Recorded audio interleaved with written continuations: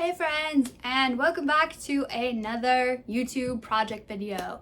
So this video is going to be about one of my more popular TikTok videos that I have made, and it is how to make t-shirts that look like this. This vinyl on the design is all scrap vinyl that was left over from another project. Here's another example. I discovered this on TikTok and I had to give it a try, and I absolutely love it because I hate waste. So if you want to see how I go about making mine, keep watching. Here's a quick list of everything that I used. I will have links to everything in the description.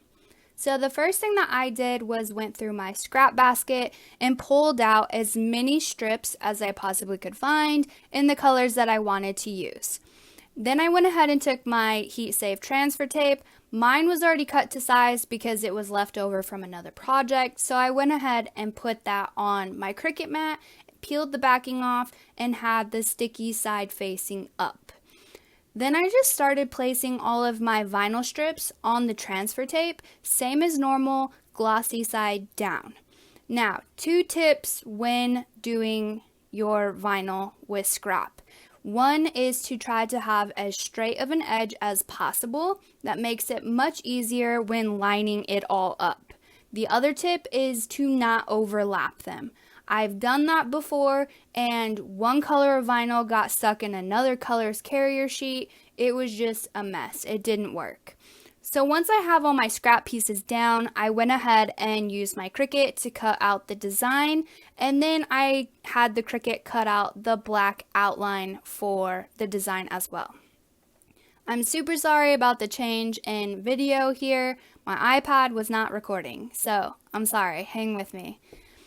Once everything was cut, I went ahead and started weeding it just like normal. For weeding the scrap vinyl, mine, for some reason, the carrier sheets wanted to pull up, so just be really careful not to let those pull up. Take your time, especially going around the edges. There may be some little tiny pieces that should stay to be a part of the design, but they want to pull up with the excess. So just be really cautious as to where your cut lines are to be sure that you get as much of that scrap vinyl on your t-shirt as possible. But other than that, it's pretty simple. It's actually kind of fun doing it this way. So once that was all set and ready to go, I took my t-shirt and I went ahead and centered it on my heat press. To make sure there was nothing on the shirt, I took my lint roller and went over it really good to get off all the hair or lint. Then I just went ahead and did a quick preheat for about 5 seconds at 350 degrees.